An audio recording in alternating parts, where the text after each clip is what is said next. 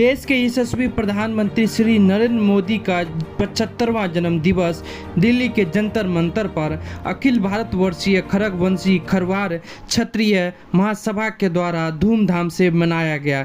इस अवसर पर भाजपा के वरिष्ठ पदाधिकारी अनेकों उपस्थित रहे, साथ में साधु संत भी विशेष उपस्थिति में रहे। सभी ने नरेंद्र मोदी के जीवन कार्य पर विशेष चर्चा की एवं उनके योगदान को याद किया। इसी तरीके से आज इस देश के एक और भी बहुत बड़े महापुरुष का जन्मदिन है। देश के यशस्वी प्रधानमंत्री माननीय नरेंद्र भाई मोदी जी का भी आज जन्मदिन है। उन्होंने भी देश को शिल्पीकार के मात्र ऐसे मोदी जी नेता हैं और 27 देशों का समूचा मिला।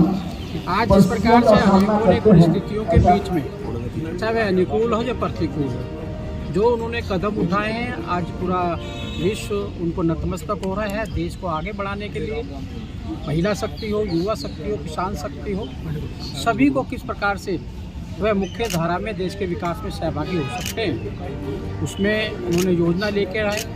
कोरोना जैसे महामारी के अंदर एक नहीं 3 वैक्सीन उन्होंने बनाई और विश्व के 100 देशों को 40 करोड़ फ्री वैक्सीन वसुधैव कुटुंबकम जो हमारा मूल मंत्र है उसको पूरा करने का।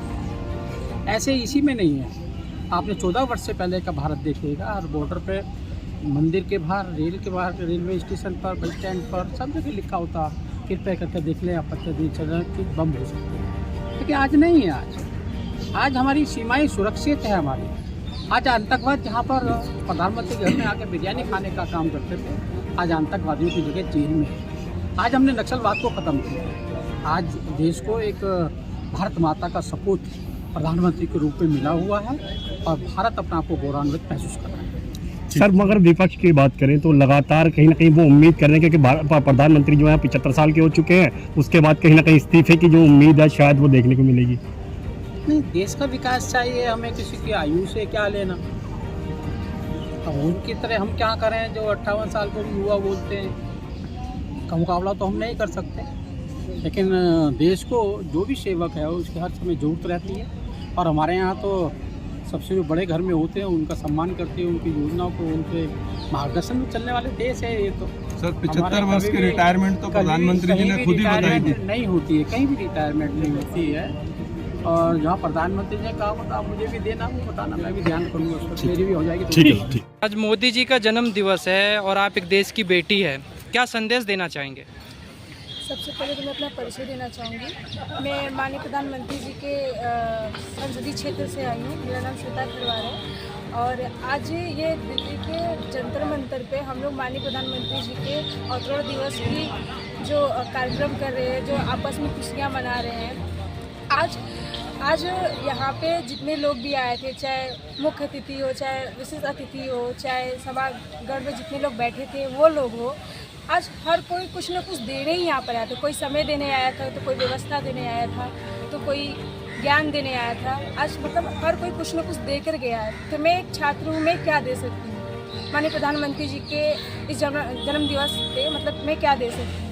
तो मैं एक मैसेज देना चाहती हूँ माननीय प्रधानमंत्री जी को अपने मैसेज के थ्रू कि जैसे कि माननीय प्रधानमंत्री जी अनेकों योजनाएं चला रहे हैं, जैसे कि पौधारोपण का योजना चला रहे हैं और जो हम जैसे कि जो जल जंगल ज़मीन पे लोग हैं वो जो देश के मुख्य धारा से कट रहे हैं उनको जोड़ने का प्रयास करें। मैं ये 2 चीज़ों पे मतलब एक मैसेज देना चाहती हूँ। जैसे कि हमारे देश में जो जल जंगल ज़मीन पे आश्रित लोग हैं उनको मतलब धुंध से कैसे निजात पा सके, ऐसा एक सोचते हैं और उसके लिए माननीय प्रधानमंत्री जी अनेक योजनाएं चलाते हैं। लेकिन हम इतना पेड़ लगा रहे हैं, क्या हम उसको देखने जाते हैं? नहीं देखने जाते। अगर माननीय प्रधानमंत्री जी नदी नाले, सड़क के किनारे, पोखरे के किनारे फलदार वृक्ष लगाने, जंगल के ज़मीनों पे फलदार वृक्ष लगाने और उन फलों को बेचने का मालिकाना हक उस जंगल के गरीबों को देंगे ना, तो देश को पर्यावरण प्राप्त होगा, गरीब को रोटी प्राप्त होगा। इससे देश नहीं पूरा विश्व हो सकता है। बाकी वैसे तो जो गरीब होते हैं उनको ज़मीन तले सोने, रहने, खाने पीने की आदत सी होती है। उन्हें देश के अमीरों से कोई गिला शिकवा नहीं होता, बल्कि खुशी होती है कि हमारे लोग सूर्य के परछाइयों से अपने भाग्य को तय करते हैं। इससे ज़्यादा मैं कुछ नहीं बोलूँगी। धन्यवाद।